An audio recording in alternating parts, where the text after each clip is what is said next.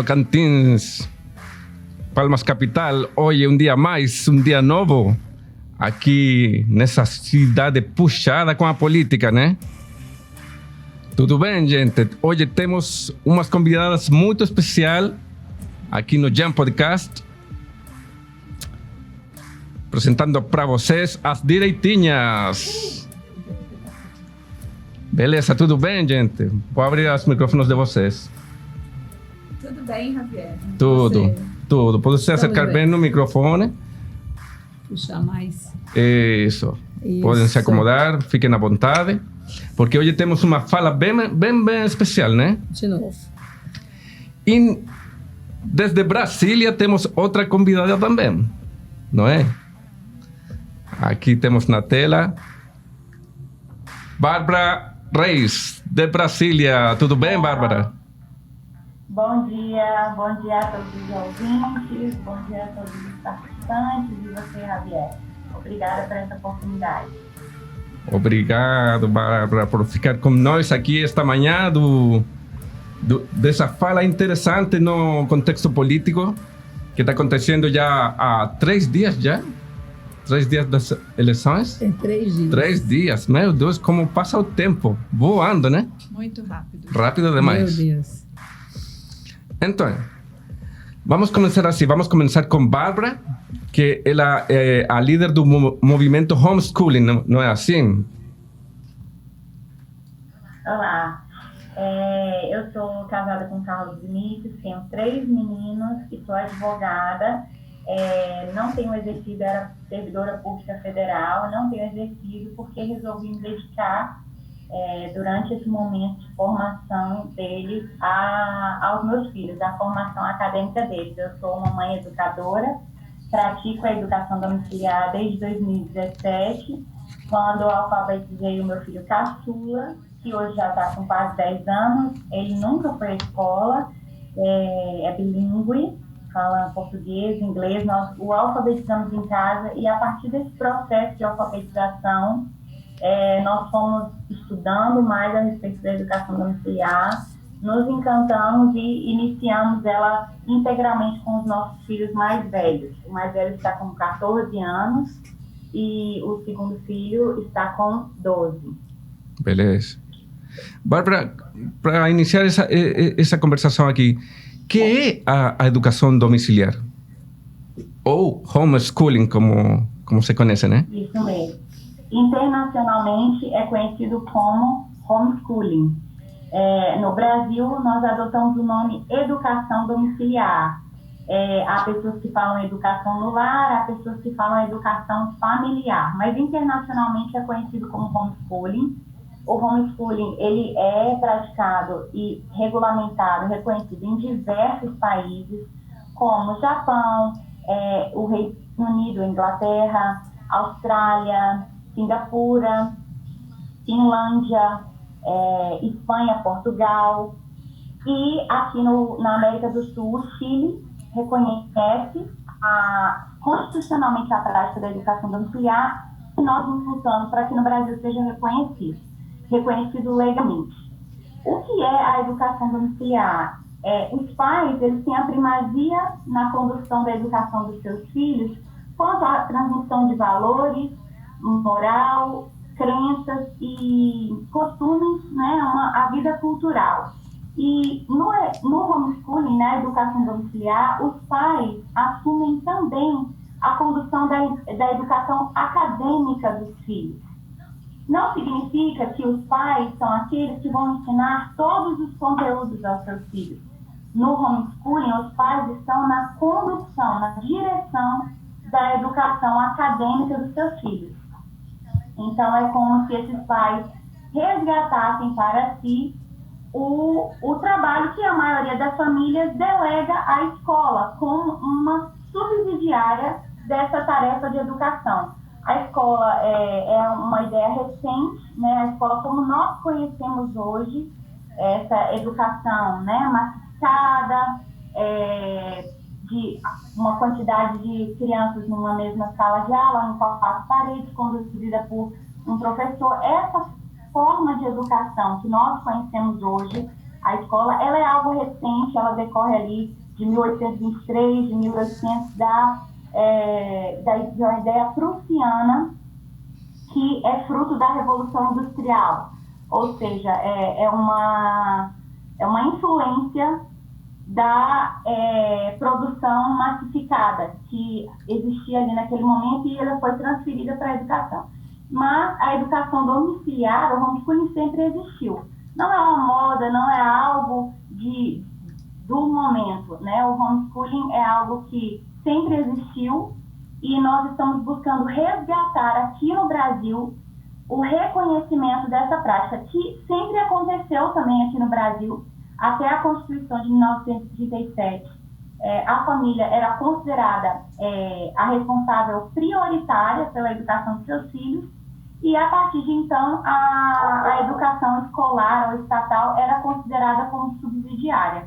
Nesse momento histórico que nós estamos vivendo, nós percebemos que há uma tentativa de inversão, de colocar então o Estado e a educação terceirizada à frente da família. E aí na educação domiciliar nós buscamos exatamente o contrário. Eu acredito que pude responder em linhas gerais, tanto o conceito da educação domiciliar, quanto situá-los no momento histórico em que nós estamos vivendo nesse movimento. Beleza. E tu quer perguntar uma coisa? Eu queria saber, Bárbara, qual o perfil dos praticantes, né? É muito importante a gente ouvir isso, dos praticantes de educação domiciliar, porque existe muito questionamento em relação a isso, né?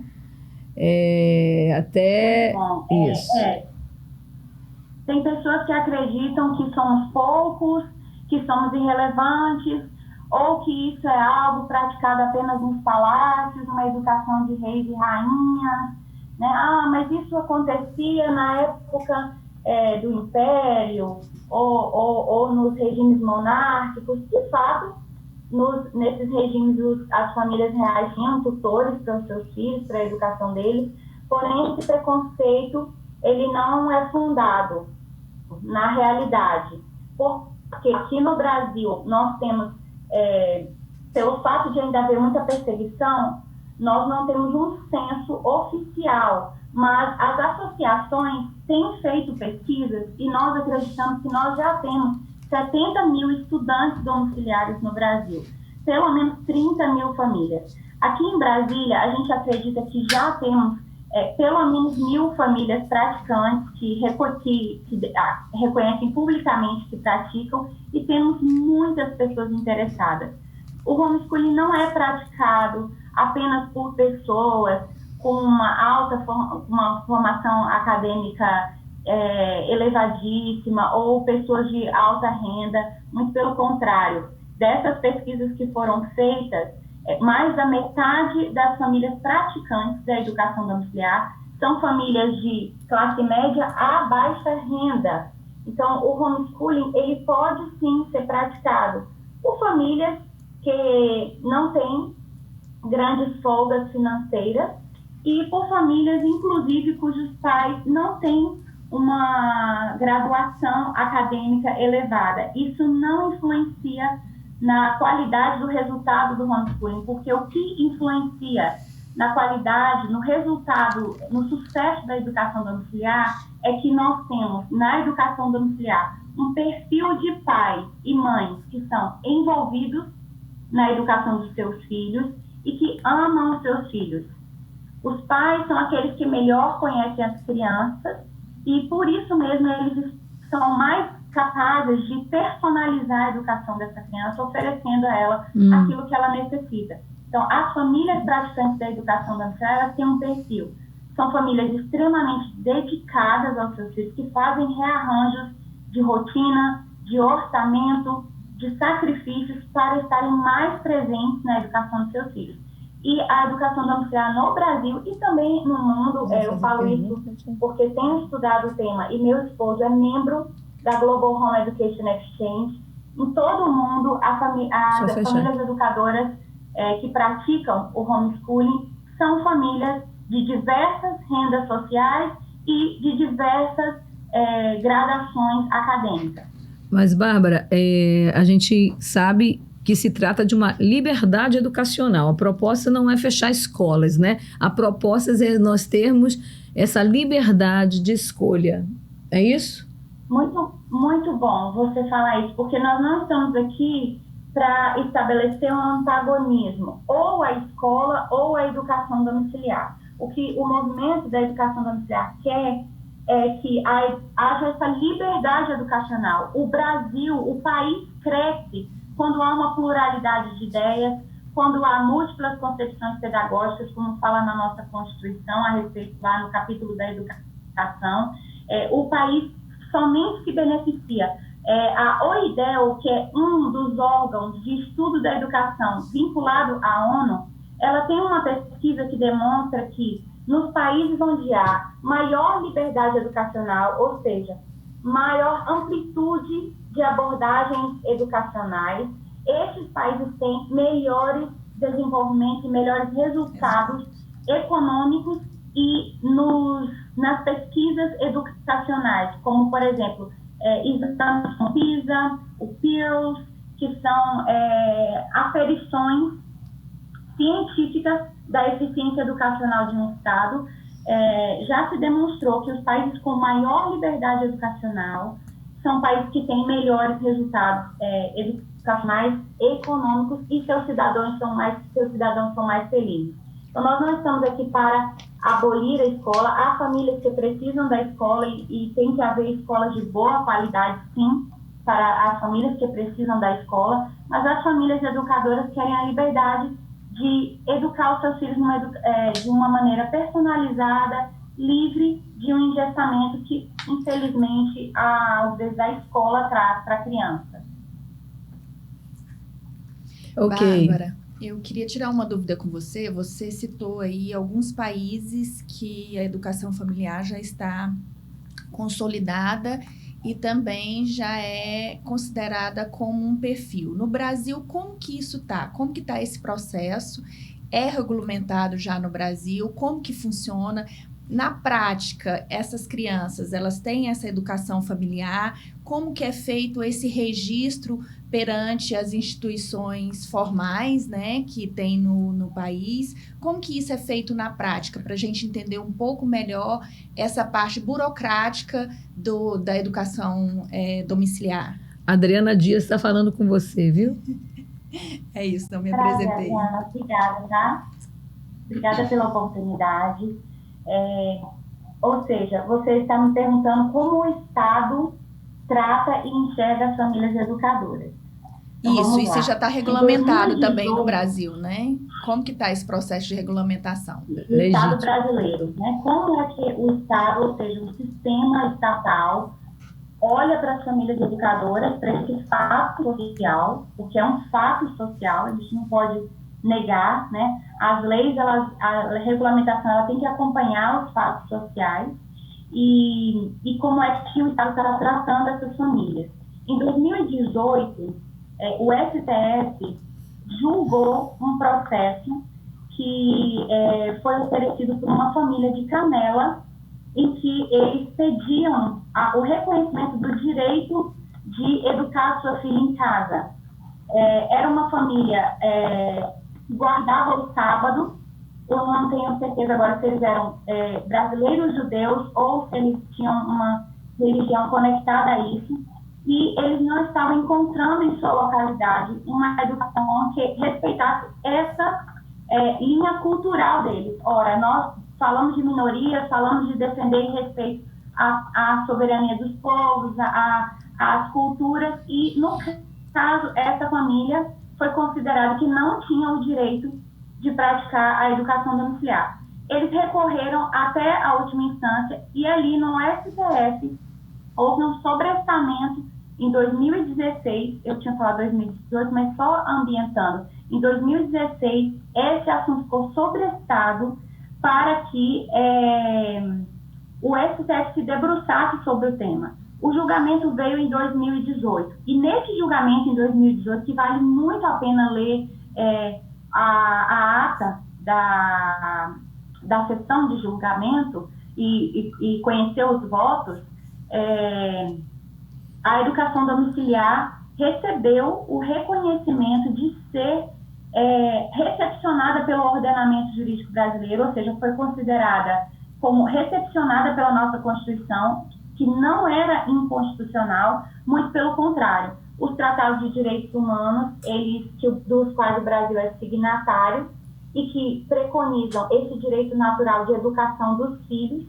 A maioria desses tratados são um reflexo pós-nazista por causa do que Hitler fez no sistema educacional ali da Alemanha. Então, o Brasil assinou esses tratados internacionais que têm força de lei federal no nosso ordenamento e o STF considerou, então, a educação domiciliar, o homeschooling, como que era constitucional, mas precisava de uma regulamentação federal. Então, ele remeteu o assunto ao Poder Legislativo.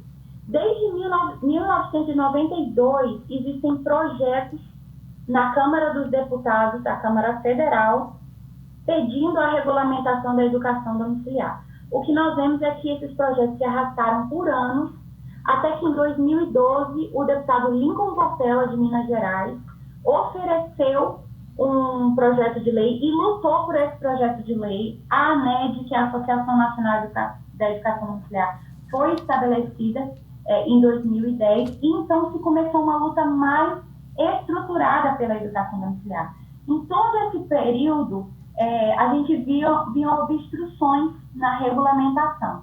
Mas, finalmente, nesse ano de 2022, aliás, quando o presidente Bolsonaro venceu as eleições, ele colocou como prioridade, nos 100 primeiros dias de governo, foi a ministra Damares quem ofereceu isso na pasta dos direitos humanos, que a educação domiciliar deveria ser uma urgência. Nós fizemos um movimento, pedimos uma MP, porém o nosso presidente reconheceu que, apesar de ser um assunto relevante e urgente, ele falou isso explicitamente, que ele daria ao parlamento a oportunidade de apreciar a matéria, assim como o STF teria remetido ao parlamento. Então, nós vemos aí um respeito entre os três poderes. E o que aconteceu é que, neste ano de 2022, a Câmara dos Deputados, aqui em Brasília, aprovou, no dia 18 e 19 de maio, um texto muito maduro, sólido, que permitia a prática da educação domiciliar como um modelo paralelo, um modelo diferente do sistema escolar, ou seja, sem prejudicar o sistema escolar, simplesmente reconhecendo mais essa modalidade educacional.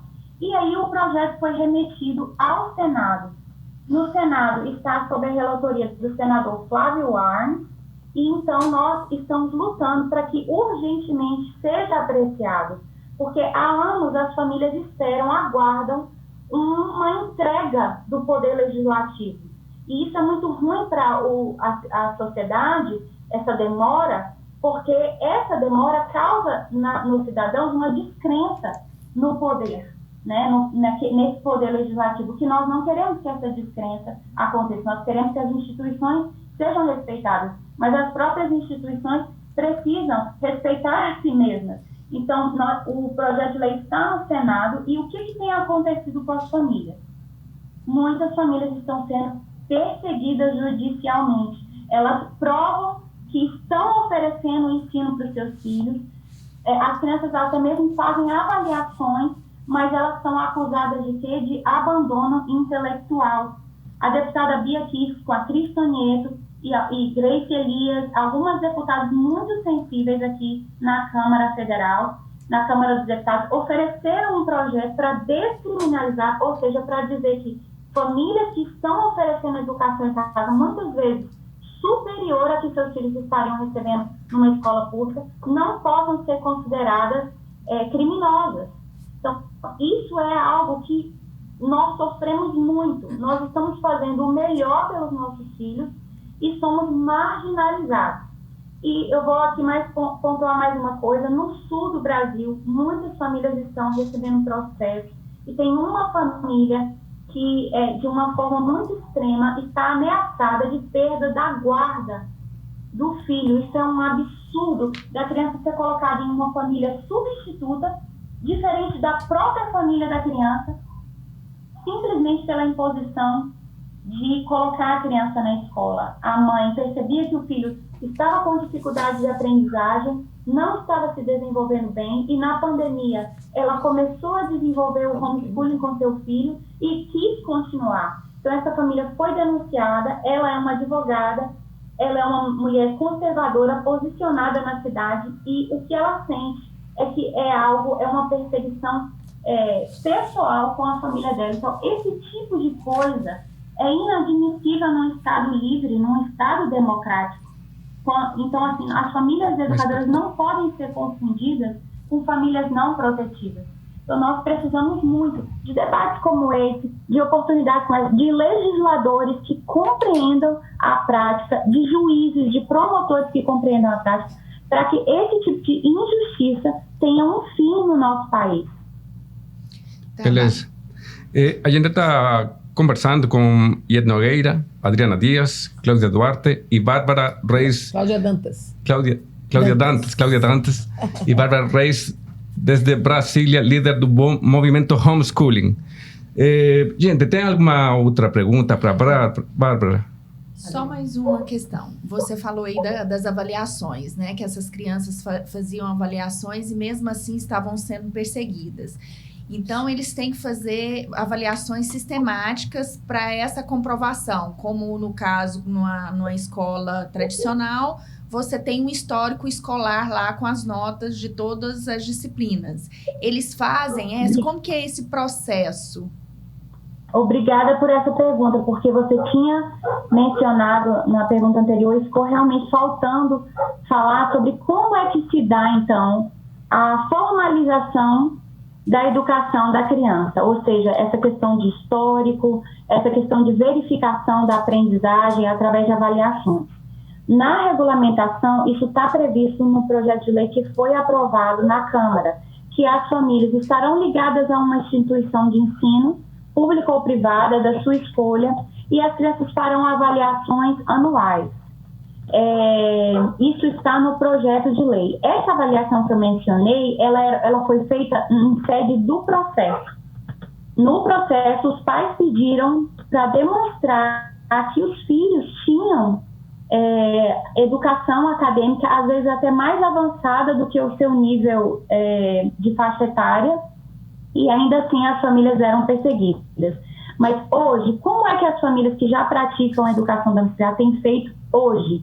Muitas dessas famílias fazem o Provinha Brasil, e quando o adolescente atinge a idade de acesso universitário, essas famílias têm feito o exame, tanto o ENSEJA, elas fazem o ENSEJA, que é uma avaliação para pessoas que não concluíram, o ensino médio na idade adequada. Então, esses jovens adolescentes têm feito o ENSEJA, nenhum deles é reprovado. Eu atuo junto à ANED, articulo, ajudo aqui em Brasília. Não temos notícia de nenhum adolescente que foi reprovado, muito pelo contrário. Eles tiram notas excelentes e então fazem o Enem. Com a formalização do ENSEJA, eles fazem o Enem e acessam a vida universitária, acadêmica, tranquilamente. Isso se for o desejo, de cursar uma faculdade. Mas o que acontece é que, dessa maneira, as famílias estão conseguindo fechar a formalização da educação dos seus filhos. Mas, nesse percurso, a gente sofre muito preconceito. Então, muitas oportunidades de bolsas, de Olimpíadas, elas exigem a matrícula obrigatória, elas exigem a comprovação de escolaridade. E a gente tem que comprovar se a criança está matriculada, ou seja, portas são fechadas para as famílias educadoras, justamente por causa da falta da regulamentação. Então, as famílias ficam sem essa segurança jurídica. Elas têm conseguido sobreviver, vamos dizer assim, completar a formalização educacional através do ENSEJA, mas até chegar ali, há muito prejuízo no sentido de preconceito, sabe? E, por incrível que pareça, aquelas pessoas que falam de socialização, que falam de proteção das crianças são justamente as pessoas que são contra a educação domiciliar, contra esse fato social, porque já é um fato social. Não adianta os legisladores fecharem os olhos para isso. Muitos desses que são contrários, eles alegam a socialização e justamente querem que as famílias fiquem marginalizadas, né? Então, é uma incoerência argumentativa. Então, é isso que tem acontecido. Nós queremos essa regulamentação por duas razões. Para que pessoas não usem do homeschooling de uma maneira leviana, porque famílias educadoras são famílias protetivas, não são famílias que causam danos aos seus filhos, e nós queremos que essa perseguição jurídica, essa perseguição processual cesse, que as famílias possam ter tranquilidade para educar os seus filhos sem marginalização. Beleza. Então, é interessante essa questão da educação domiciliar, né? Está como eu falo, em fraldas, não é? Você sente que está assim, bem em fraldas ainda? Bebê esse? Não. Você tá falando fraldas é o quê? Fraldas é como... No início. No início, isso aí. No início. No início. Ela. Bárbara. A Bárbara, né? Não, já tem tempo, né, Bárbara? Esse movimento todo. Olha, não está no início, não. Nós temos, por exemplo, o Rick Dias, da ANED, a Lília é uma família, ele é o presidente da ANED, a filha dele já é mãe hoje, já é casada, é mãe, concluiu os estudos universitários, trabalha, é uma professora de inglês, é formada em nutrição, é jornalista por vocação, escreve muito.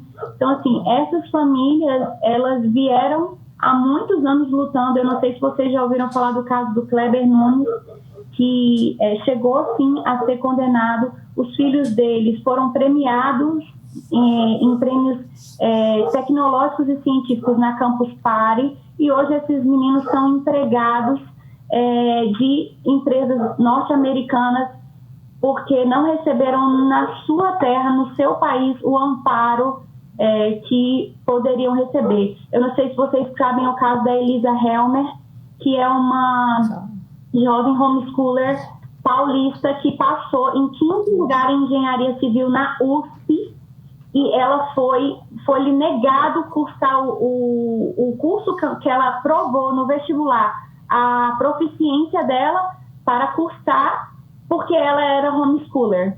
Então, ela iniciou um processo para ter o direito, porque a verificação era através da prova, e ela passou na prova em 5º lugar. Ela não somente passou, como passou entre as primeiras para engenharia civil, uma estudante homeschooler, e ela iniciou um processo judicial, e a lentidão do processo aliada à divulgação do caso dela, e que também ela submeteu o currículo dela a universidades estrangeiras, fez com que ela desistisse de estudar no Brasil, e hoje ela é uma estudante de uma universidade norte-americana, Elisa Helmer. Então, assim, eu fico me perguntando, até quando o Brasil vai perder essas pérolas preciosas, essas pedras preciosas? Até quando o Brasil vai negar esses filhos, essas famílias? Porque isso tem acontecido, né? É um caso que se tornou famoso, mas tem muitos casos que as pessoas, pelo desgaste emocional, pelo desgaste da exposição, acabam não vindo a público. Mas, assim, eu falo para vocês que eu fico até com vontade de chorar. Eu acho isso tão injusto. Então, assim... Eu queria fazer uma pergunta.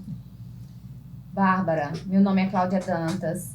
Eu já pratico homeschooling desde o ano passado com meu neto Joaquim. Joaquim tinha 3 anos quando eu peguei ele, e hoje ele já sabe muitas coisas. Ele tem apenas 4 aninhos. E eu quero aqui estimular os pais que lutem. As famílias podem se unir a todos para lutar por essa liberdade, porque muitas vezes o político, o legislador, fala em abraçar famílias que são dependentes e tudo, mas eles estão tolhindo, porque muitas vezes o Estado, ele quer dominar, e nós queremos a liberdade. Quando há liberdade, há um aprendizado bem mais livre. E você, o que é que acha desses legisladores? Quem é que está atrapalhando? Quem é a pedra no sapato da escola domiciliar no Brasil? E qual é essa importância grandiosa que temos para nos libertar?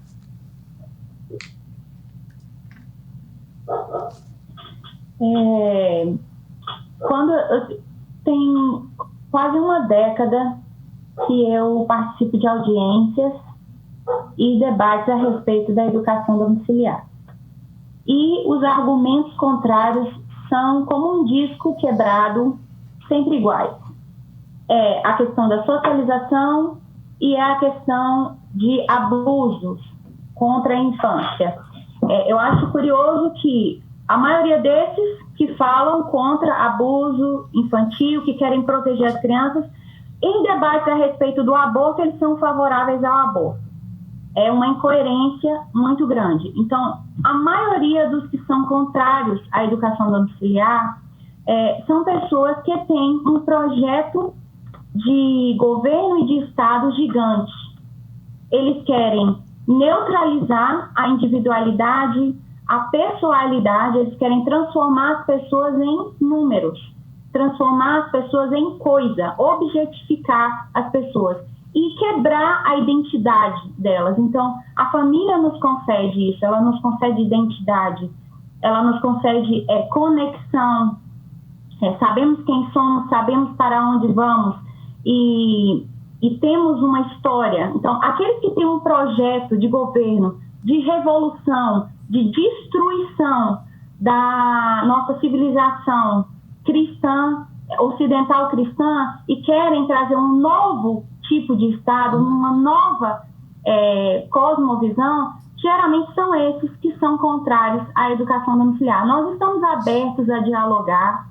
É uma ideia diferente, é uma ideia nova, porque por anos no Brasil a gente ouviu aquela frase: lugar de criança é na escola. Já vem a palavra na nossa cabeça.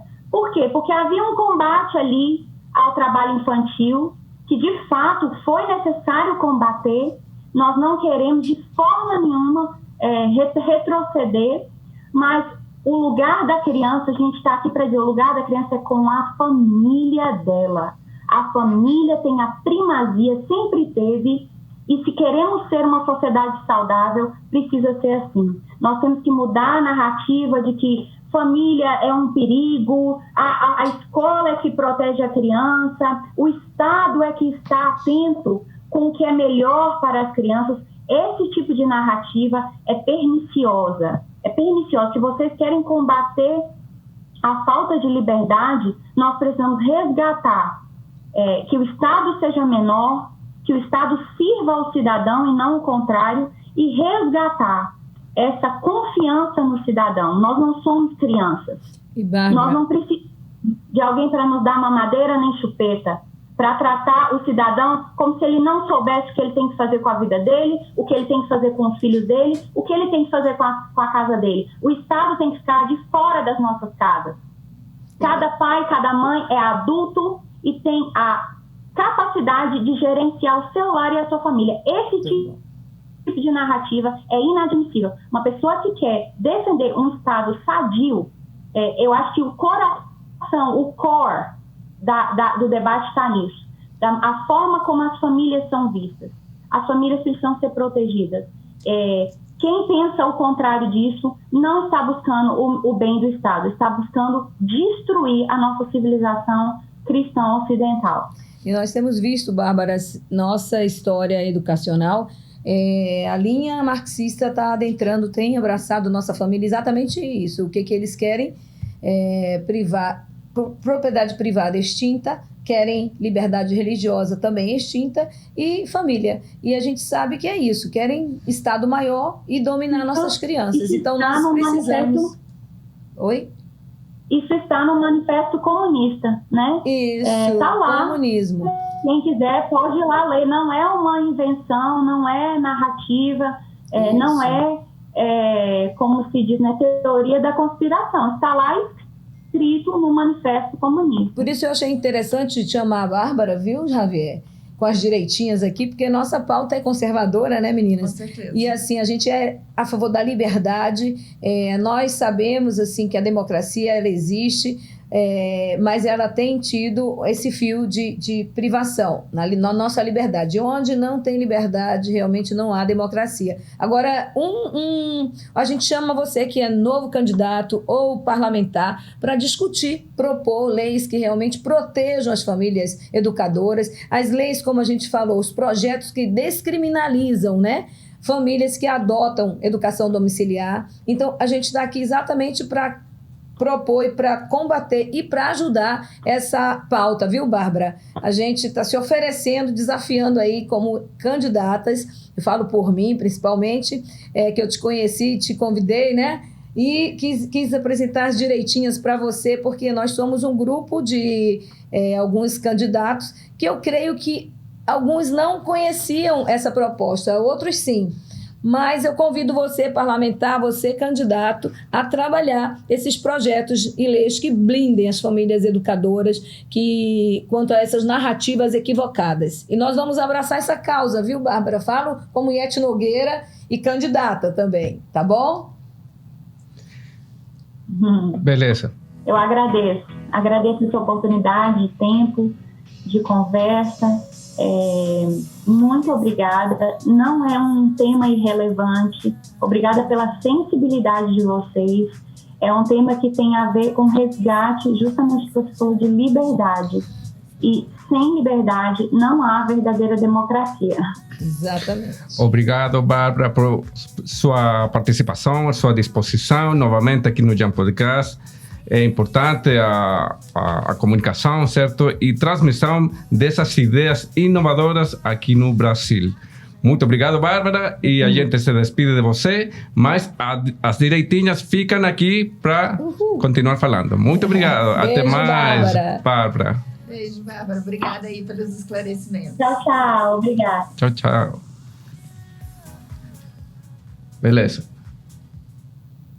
Já foi embora a Bárbara. Vamos continuar. E vocês aqui, dá uma opinião geral da fala do Bárbara. Ela fala bem, né? Ela fala muito, ela tem as ideias bem na verdade, bem desarrolladas. A Bárbara vive esse movimento. Uma vez eu perguntei para mim, todo mundo dizia, é utópico colocar diretrizes do SUS em ação. Aí eu peguei, me disponibilizei, arregacei as mangas e fui ver se dá para colocar participação social, universalidade, integralidade e todas as diretrizes, acesso, né, ao serviço, como é que a gente pode ajudar? Então, quando a gente pratica, tira do papel isso, a gente vê que dá certo, a gente veste uma camisa e levanta uma bandeira, né? Então, é isso que aconteceu com a Bárbara. Ela está vivendo isso há alguns anos. Eu acho que isso já é muito eficiente, já é uma resposta boa, né? Pois é. Eu acho que é um ponto relevante, Javier, que a gente deve abordar e questionar, né? Eu acho que nós estamos passando por um processo que a gente tem que estar o tempo todo questionando. Isso. Por que não levar adiante a educação domiciliar? Por que existe esse entrave tão forte? Por que está se discutindo? Por que no Brasil já foi regulamentado e isso foi retirado? Sim. Uma questão que eu falei para a Bárbara, em outra entrevista que não saiu no ar por questões técnicas, eu perguntei para ela, não todos os pais são preparados para ter uma educação domiciliar com seus filhos. Sim. Tem pais que não têm tempo, que trabalham, ou que simplesmente não têm uma atitude, uma condição para ensinar. Entende? Nesses casos, é importante reforçar a educação pública. Com certeza, Sim. Com certeza. É o que ela falou. A gente não está aqui, não é uma luta para eliminar a escola. A escola é extremamente importante, como você mesmo falou. Existem famílias que não têm condições de tempo, não têm condições intelectuais para fazer isso. Então, é importante que exista a escola. Mas, acima de tudo, vem a liberdade. Isso aí, Ou isso é seja, importante. a família que se sente capacitada e que tem condições, por que não favorecer isso? E como ela mesma falou, com dados, com comprovação de pessoas que passaram por esse processo e que tiveram uma excelente formação, em que inclusive nós estamos perdendo essas pérolas, palavras delas, né? Nós estamos perdendo essas pérolas para outros países porque a gente está amarrada a uma burocracia. Então, assim, a gente tem que rever uma série de questões de fato, e o momento é esse, porque nós, como população, e agora na votação, você tem condições de rever esses políticos que estão lá, que diz nos representar, mas que na realidade estão defendendo seus interesses pessoais. Ou seja, qual que seria o interesse pessoal? Que o Estado, ele seja o dominador de tudo, né? Tirando toda a liberdade da família em escolher, em fazer a formação dos seus filhos. Eu acho que é esse o ponto que deve ser questionado. E aí as pessoas viram e falam assim, mas eu só sou um voto. Mas se todo mundo pensar dessa forma, a gente não mudaria nada. Então, nós estamos num processo de mudança. Eu acho que essas eleições, elas estão aqui para ser um divisor de águas no nosso país, no nosso estado automaticamente. Então, as pessoas têm que ter um pouco mais de consciência com relação ao seu voto. Sim. Agora, eu falava com outra entrevistada com relação com essa questão de povo ter consciência de votar. Porque, geralmente, quem ganha essa eleição é quem bota mais dinheiro e tem mais ferramentas para votar nas redes sociais, fazer um show por lá e comprar voto. É assim ou não? Elas compram voto. E quem ganha a seleção? Os mesmos políticos de sempre. Yes. Então, o chamado é esse, a conscientizar a população, não é assim? Outra coisa, entrando nessa tua pergunta, mas fechando a da Adriana, é importante a gente entender que o papel dos pais, ele é o grande educador, entendeu? Isso. O colaborador é a escola, tá? O sistema de saúde é um colaborador, mas é em casa que a mãe tem que sentir as questões de saúde do filho, né? E outra coisa, a doutrinação nas escolas é o que tem nos preocupado, nos apavorado. E nós temos visto que as escolas estão pegando esse ritmo. E a educação, a questão da família, desse resgate da educação, é importante por isso também, para a gente também monitorar e também colaborar com as nossas crianças. É uma outra opção, é uma pauta muito legal, porque eu sou fruto também de uma educação domiciliar. Eu sei ler, interpretar tudo. O meu português eu aprendi com a minha mãe. A minha professora foi uma colaboradora. Agora, é claro, depois a gente tem as graduações, o nível superior, né? Que aí já vem um outro patamar. Mesmo assim, temos visto nas universidades as doutrinações. Mas se a gente pegar a criança e adolescente e deixar a mãe e o pai retomarem resgatarem essa área, eu creio que a gente vai melhorar, inclusive, a assimilação das nossas crianças. Sim. Mas você falava sobre, Javier, eu me perdi... Sobre a consciência da população? Isso, no voto. No voto. Né? A gente tem visto que uma coisa muito, muito, muito, que eu essa semana até documentei aqui, né? De onde vem esse dinheiro todo da nossa situação, da nossa história para política? É um esquema, né? É um esquema, né? A gente sabe, emendas e convênios, tá? Vem de agiotas e investidores e rachadinhas. Nós sabemos que isso aqui são essas as questões que fazem com que o sistema eleitoral caminhe. Tá? Então, a gente tem que ficar de olho, porque há, sim, compra de líderes, compra de votos, e aí é onde a gente está tendo muito, mas muito empecilho para pessoas enxergarem o potencial que tem, por exemplo, nas direitinhas, nessa nova turma, nessa nova política. Isso aí. Entendeu? É importante e transmitir em canais como esse aqui, que é um canal totalmente independente. São canais que não são assim uma rede, como a Rede Globo e esses grandes corporativos que têm como uma dominação nas comunicações. Então, o trabalho de vocês é difícil. De verdade é difícil. Eu sinto que é uma carga muito pesada, né? As direitinhas nasceram assim, por sentir vontade de pegar essa carga pesada e destrinchar, né, Adriana? Pois é. Na Claudinha. realidade, assim, por que nós colocamos os nossos nomes à disposição? Nós temos formação, nós temos já uma vida profissional estabelecida, e por que enfrentar esse desafio? Justamente por isso, porque nós não sentimos que a gente estava sendo representado, que os nomes que estavam lá realmente estavam defendendo as nossas pautas. E é isso que nos motivou a colocar o nosso nome à disposição, mesmo enfrentando todo esse sistema que você acabou de falar, Javier. Porque realmente é um sistema consolidado no país e que só com a consciência da população nós vamos conseguir vencer esse sistema. Porque como você lutar numa campanha que você não tem dinheiro, que você não tem coligação, que você não recebeu o fundo partidário, nosso partido é o Partido da Mulher Brasileira, eu sou a vice-presidente desse partido, e nós não recebemos nada, nem um centavo de fundo. Está todo mundo aqui lutando com os seus recursos pessoais. Olha, eu falava com Claudinha que por WhatsApp que ela não tinha até vontade de vir aqui porque ela estava trabalhando sozinha, repartindo santinhos para o povo e ganhar voto. Mas eu falava, Claudinha, aqui é a oportunidade de você falar e suas ideias, porque o povo precisa escutar as ideias.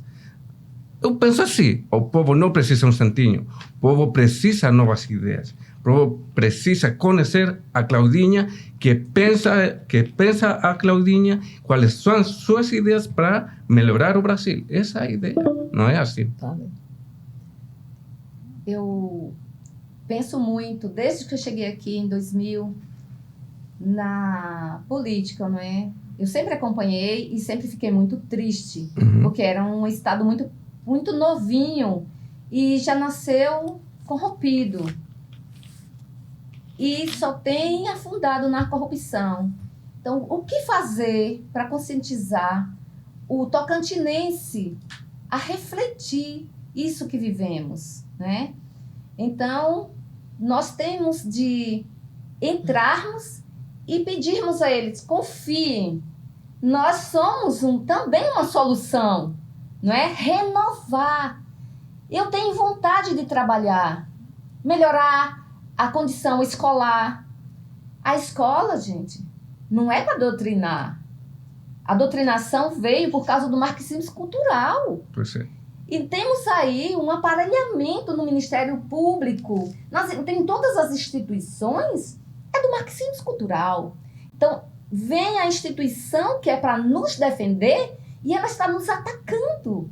Aí vem os parlamentares que estão mergulhados no marxismo cultural e acionam o Ministério Público, que já está também nisso.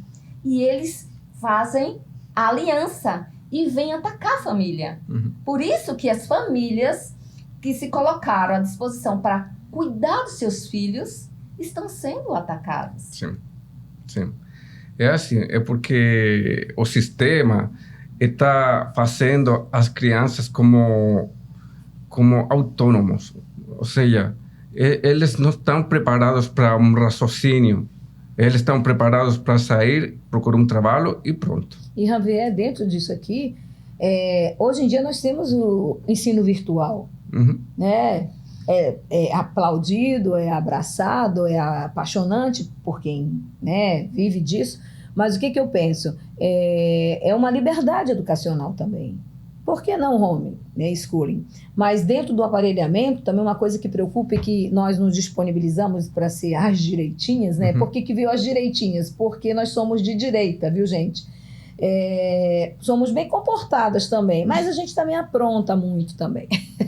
A gente é ser humano normal, mas veio exatamente porque nós começamos a perceber, eu não sei se a Adriana também sim, a Claudinha, ela na OAB, a Adriana na educação e eu na saúde, que todos os órgãos estão aparelhados, eles são o movimento de negociação, ou seja, é como se de casa os parlamentares que estão no poder tratassem seus negócios, aquela sala de estar ali é minha, da saúde, do outro é a da educação, do outro é da infraestrutura, ou seja, todo mundo que está ali é meu, ninguém pode mexer, e se mexer, a gestora ou o gestor principal demite, porque magoou. Então fica sendo um movimento de escravidão branca, né? De escravidão suave, semi-escravidão. Isso aí. Né? Isso nos preocupou e a gente se levantou. Porque não pode, tem que ter concurso público. Nós não podemos, na época da pandemia aconteceu muito. Todo mundo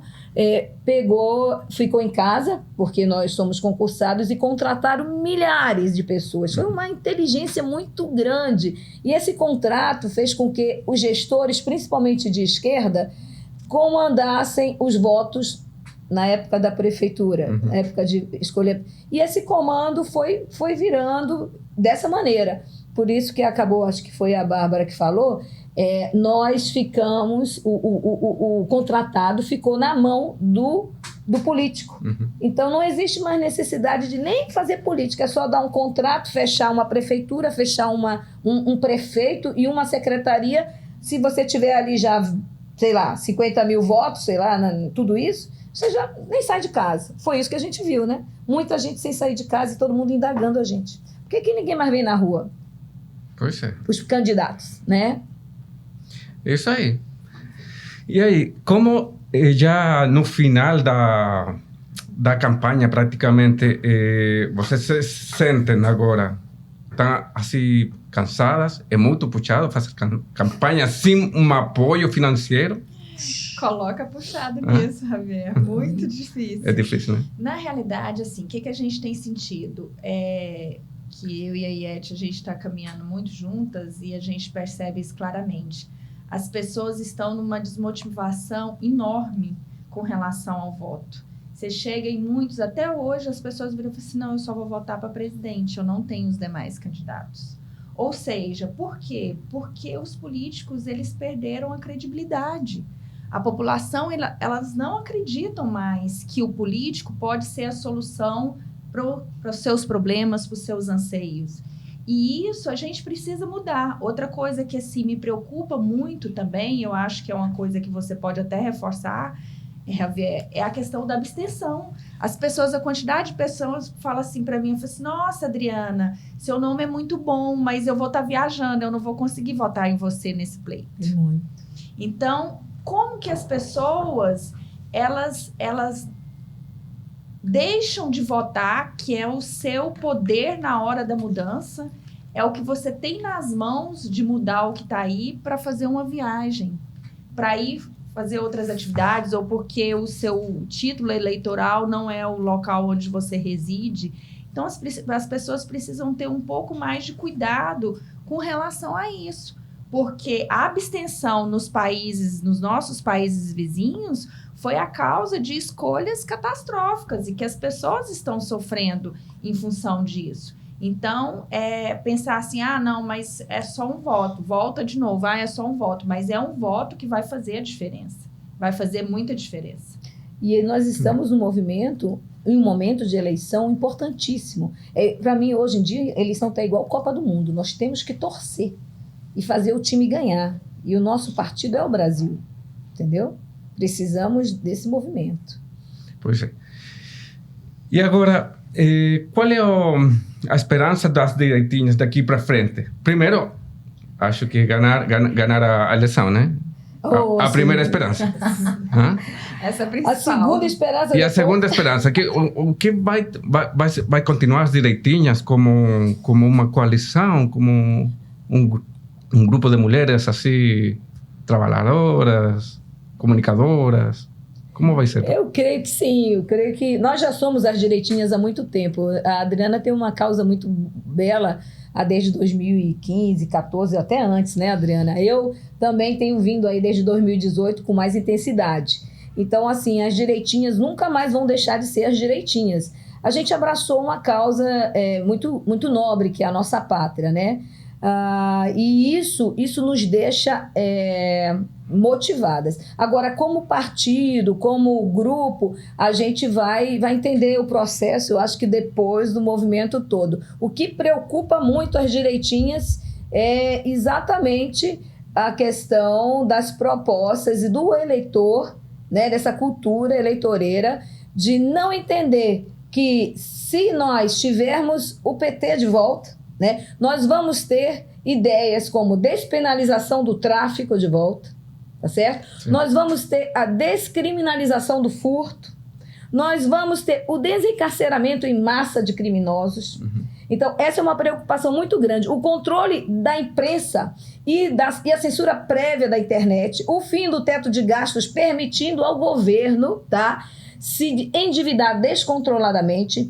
Esse é o nosso combate. A legitimação da invasão da propriedade privada, a volta do imposto sindical, o aumento dos impostos dos ICMS nos estados, a interferência política nas empresas estatais e o loteamento de ministérios para caciques e políticos, né? Caciques políticos. E, por último, o aparelhamento dos tribunais com ministros ativistas, né? Que é nosso judicial politizado, né? O sistema judiciário. Isso é a maior preocupação, no meu caso, como direitinha, é a gente combater a esquerda de voltar ao poder. Claudinha. Isso tudo que Iete falou não acontecerá, porque o nosso capitão vencerá no primeiro turno. Isso aí. Essa vitória, quem vai dar é Deus, porque ele está à frente desse navio chamado Brasil. Sim, com certeza. Eu já ouvi falar que acontece se Bolsonaro ganha? E acontece ordem, acontece um seguimento na política dele, né? Que é uma ordem no Brasil. Acaba o esquema de corrupção, né? Acaba esses políticos que sempre ficaram mamando da esquerda. Então, acontece um progresso realmente. E eu acho e tenho esperança que aqui no Brasil vai ter muito progresso, porque aqui no Brasil é uma terra abençoada. De fato, você falou uma coisa certa, Javier. É uma terra abençoada, nós temos uma série de potenciais e isso estava sendo desviado só para corrupção. E uma das principais bandeiras do Bolsonaro é justamente o combate à corrupção e a gente está vendo o retorno disso. A partir do momento que fechou as torneiras para esse desvio dos recursos públicos, ele conseguiu fazer muita coisa. E mesmo com todo o establishment contra ele. Ele tem a imprensa contra, ele tem a justiça contra, ele tem todos os meios de comunicação contra ele. E mesmo assim, nessa pandemia, que foi mesmo com pandemia, mesmo com guerra, ele conseguiu fazer com que o nosso Brasil crescesse, que a nossa inflação diminuísse. É o país que mais está desenvolvendo pós-pandemia no mundo, é o Brasil. Por que será? Então, por que a gente não dá continuidade nesse processo, né? Todo mundo fala assim, eu já vi alguns comentários falando que o Brasil é um carro de Fórmula 1 amarrado. A hora que cortar essas cordas, ninguém segura o Brasil. Eu acho também. É isso aí. Sim. Então, a esperança está, só temos que ver acontecer no domingo, né? Eu estou vendo muita casa de velho político cheia de cerveja, isso me preocupa, né? Aquele detalhe, cheia de coisas já para festejar.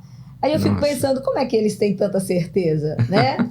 É importante o eleitor ficar de olho, a compra de voto é uma realidade, o resultado a gente tem esperança, fé, e estamos no foco de ajudar a população, mas a gente acredita que o resultado tem 70% ou 80% de corrupção, tá entendendo? Sim. Então, assim, se alguém vencer a gente, foi por isso. Com certeza, porque aqui tá uma turma boa, viu? Uma turma de valor e de luta. Com certeza. Então, vamos fazer um pouquinho de publicidade aqui, ó, das candidatas. Iete Nogueira, para deputada federal, 3507. Yes. Adriana Díaz, deputada estadual, 35.000. 35000. Cláudia Dantas, deputada estadual, 35565. 5565? 5565. 35565. Isso. Esse é o jingle da Cláudia. E, bueno, Também temos Poliana Neto, que também está... É parte... Noleto, que também é parte das direitinhas. Ela também está concursando como deputada estadual 35222. Isso. E a Andréa Schmidt, que é para Senado, né, que não pôde estar aqui também. E a Andréa, com 353. 353, com certeza. Andréa Schmidt. São as meninas do PMB. Elas todas são do PMB, exatamente. Do Partido da Mulher Brasileira. Isso. Então, alguma coisa que falar antes da eleição? Uma fala para o povo. Por que o povo tem que votar por vocês? Eu acho que o principal é a mudança, Javier. A gente tem que colocar novos nomes. Eu falo que nessas eleições nunca foi tão fácil escolher, porque a gente teve uma pandemia aí e nós vimos como nossos representantes não nos representaram. Eles mandaram a gente ficar em casa, eles fecharam as escolas, nós estamos com déficit educacional de 2 anos em decorrência disso, que foi comprovado cientificamente que as crianças tinham um nível de contaminação baixíssimo, ou seja, elas foram prejudicadas, existiam formas distintas que poderiam ter sido adotadas para que não tivesse esse prejuízo educacional, e foi feito. As nossas igrejas foram fechadas. Era um momento onde houve uma instabilidade emocional muito grande, onde esse apoio espiritual dos nossos padres, dos nossos pastores, era muito importante para a saúde mental e automaticamente a física, né? Porque uma coisa está diretamente vinculada à outra. E foi fechado tudo isso e mandou ficar em casa. Então, agora, eu acho que a palavra de ordem é: fique em casa para os velhos políticos. Exatamente. A vingança. Fiquem em casa, velhos políticos fiquem em casa, né? Beleza, gostei. Cláudia. Adentrando aí também no assunto de Adriana, tudo vem para o nosso bem. Quando nós escutarmos essa palavrinha, tudo para o seu bem, saibamos que não é para o bem, é para o mal. Porque o mal trabalha assim.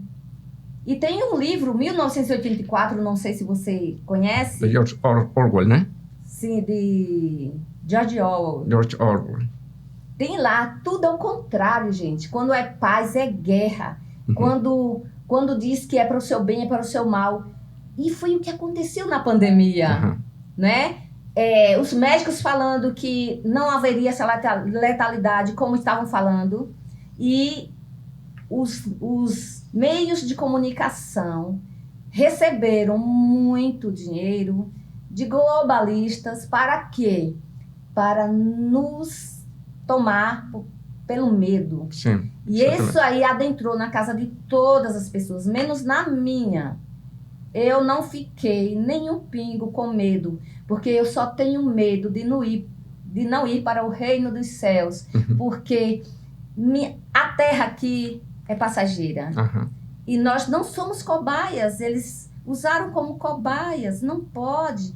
Para uma vacinação precisa ser o quê? 10 anos. E foi tão jogado medo que as pessoas correram para serem cobaias com medo de morrer. Pois é. E aí, meu pedido é, pessoal, acompanhe as notícias por meios confiáveis. Porque se você for assistir grandes meios de comunicação que já está aí há muito tempo, sendo inimigo do brasileiro, porque eu mesma deixei de ter até televisão, eu não tenho, por causa disso. Poxa, eu só assisto YouTube agora. YouTube, isso mesmo, porque eu posso escolher. E essas fechadas aí, a maioria, eles vêm desinformar, vêm jogar medo. E nós precisamos ter coragem. E eu estou aqui com coragem para enfrentar esse sistema carcomido. Nós não podemos nos acovardar. Precisamos de pessoas unidas para lutarmos essa luta tão árdua, nesse Tocantins tão sofrido. E as pessoas precisam ser esclarecidas. Muitas vezes elas reclamam e voltam nas mesmas pessoas por falta de esclarecimento. Pois é. E Javier, passamos esses anos todos tendo uma versão distorcida, né, do governo e do presidente. Na verdade, quando eles falam desse presidente, a gente não sabe de quem eles estão falando. Então, há esse paradoxo, né? E nós sabemos que as lentes da imprensa, as lentes enviesadas da nossa imprensa colaboraram com isso, né? E nós sabemos o porquê disso. É porque realmente o sistema foi tomado e foi administrado seriamente. Não há mais o que eles tinham, essas negociatas, essas negociações por trás, as malas cheias de dinheiro.